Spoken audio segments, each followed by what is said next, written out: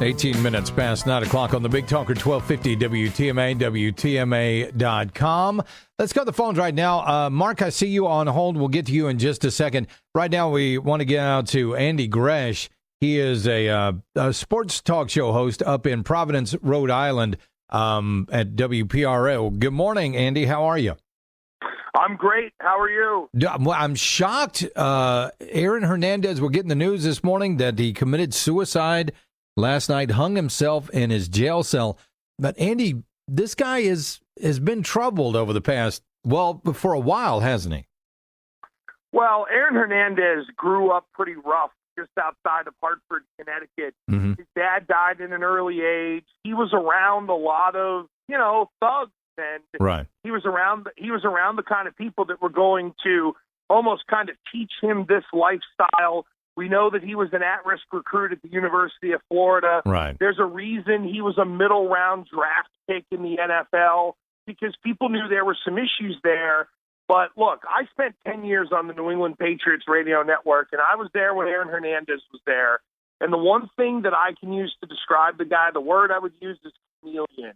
He had an unbelievable way of getting you to believe in him. To the point to where Robert Kraft and Bill Belichick both believed in this guy. And this is an interesting end to really what is one of the crazier stories we've seen in the history of sports. Now, when you say the word chameleon, I mean, we see a lot of people like that. I'll use Bernie Madoff for an example. Yep. They are able to gain your confidence. They're able to, like you said, make you believe in them. And all the while, there is this real darkness underneath, isn't there? Well, there are people who lead split lives. And that's the thing that really I think about, Charlie, is that, look, you mentioned Bernie Madoff, and that's the example that I used, and people were like, well, Bernie Madoff never killed anybody. Bernie Madoff convinced the owner of the New York Mets, okay, now this is not a dumb businessman, the Wilpon, right? Convinced the owner of the New York Mets to stick a bunch of money into his enterprise because he had the ability to get you to believe. And that's what Aaron Hernandez did when he got look, NFL contracts are written on toilet paper. Right. He got $40 million, it said, but he got $12 million guaranteed. And one of the first things he did with that capital was set up a drug enterprise where he got his family involved, and he was supposedly involved in all of this illicit activity, yet he had the ability to show up to work, be responsible, lift weights, play on the field, gain the trust of his teammates, and then still going out and killing people on the side. I mean, it is, when you think of how duplicitous his mind had to be to pull this off, he is one of the great con artists of all time. How did you feel this morning, 4:07, when the coroner announced his death? The first of kin had been notified, and your phone started blowing up with text about Aaron Hernandez. What was going through your mind at that time, being so closely related to the New England Patriots for so many years? Well, my wife woke me up at 6:40 this morning because she has gone over our data plan about 15 times watching this trial. Right. And both trials of Aaron Hernandez. She ran in and said, Aaron Hernandez killed himself. And the first thing I said to her was, of course he would do it on the day where the Patriots are going to the White House, because he wanted to put a stain on that day. Wow. I have no proof that that's what it was, but when you really think about it, this is a guy who, and we're hearing reports out of the Massachusetts jail system that the way he hung himself on this window, he would have had to lift his own feet off the floor. Aaron Hernandez was 6'3". Right. So this is a guy who had to go to great lengths to be able to commit suicide. He was scorned because the Patriots organization cut him and didn't stand beside him. They didn't give him the benefit of the doubt, which it's a murder charge never should have. Right, right. And in Massachusetts, Charlie, we have our O.J. case in Massachusetts. So when Aaron Hernandez went to the New England Patriots facility when he was supposedly on the run, they told him to get out of there, and a news helicopter followed his car from Gillette Stadium into downtown Boston where he went to go meet with his lawyer, and they followed it with a helicopter. It was insane. This is a guy who was meticulous in his planning, and I will forever think that on the day where the Patriots were going to celebrate, this was not only his way of ending things, but he made sure to stick it to the Patriots in the end. Right. I'll show you. I'll take this. Absolutely. I'll take this away from you. I will. Yes.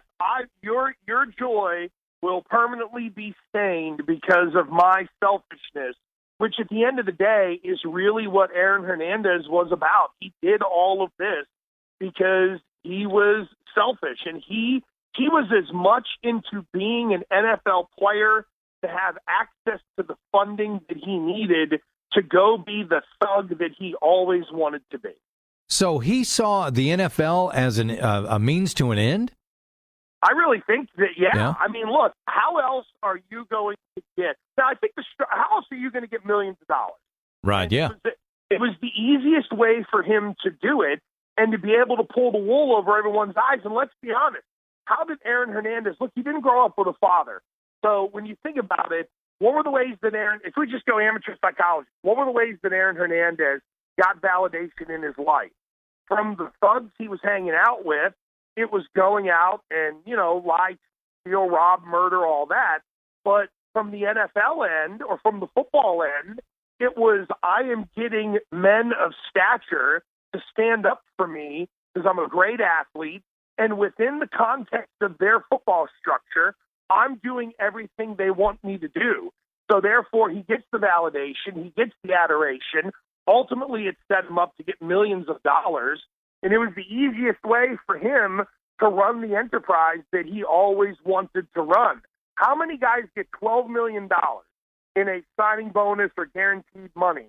Yeah. And the first thing they do is set up a criminal enterprise. Right. I mean, about the closest thing, and I don't even think it comes close to it, Michael Vick signs a huge, he's got a huge NFL contract, and he starts operating a dogfighting ring. Yeah, I mean, and when you think of the context, as hideous as animal abuse is, which is terrible, and look, I think Michael Vick has done a great job of serving his time.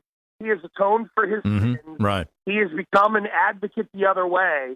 We were never going to get that out of Aaron Hernandez.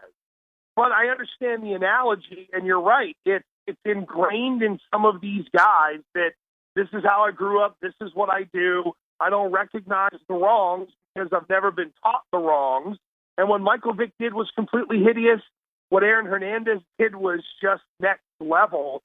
And it's scary to think that there are people out there who have the ability in one structure to function and be respected and lead another life completely. Andy, I know you got to run. I know got a lot of people that want to talk to you this morning. How was Aaron Hernandez perceived at Combine when they're supposed to go through all this psychological battery? He found a way to be able to convince everyone that he could be brought in. And look, the fact that he also kind of snowed over his college head coach, Urban Meyer, again, when you think of it, it's men of great stature whose word means something. Bill Belichick, Robert Kraft, Urban Meyer, all those guys. Aaron Hernandez was able to hook them in and get them to give him a chance and an opportunity. And look, if you do the research, it's easy to see the issues that he got into at Florida. But when you're dealing with an 18-year-old kid, you're apt to maybe give someone the benefit of the doubt. And, but when you go out and kill someone, you take away the ability to get the benefit of the doubt. Right. Andy, I appreciate you being on the program this morning. Thank you, buddy, for your time. We'll talk to you soon. Anytime. Thank you. Thank you.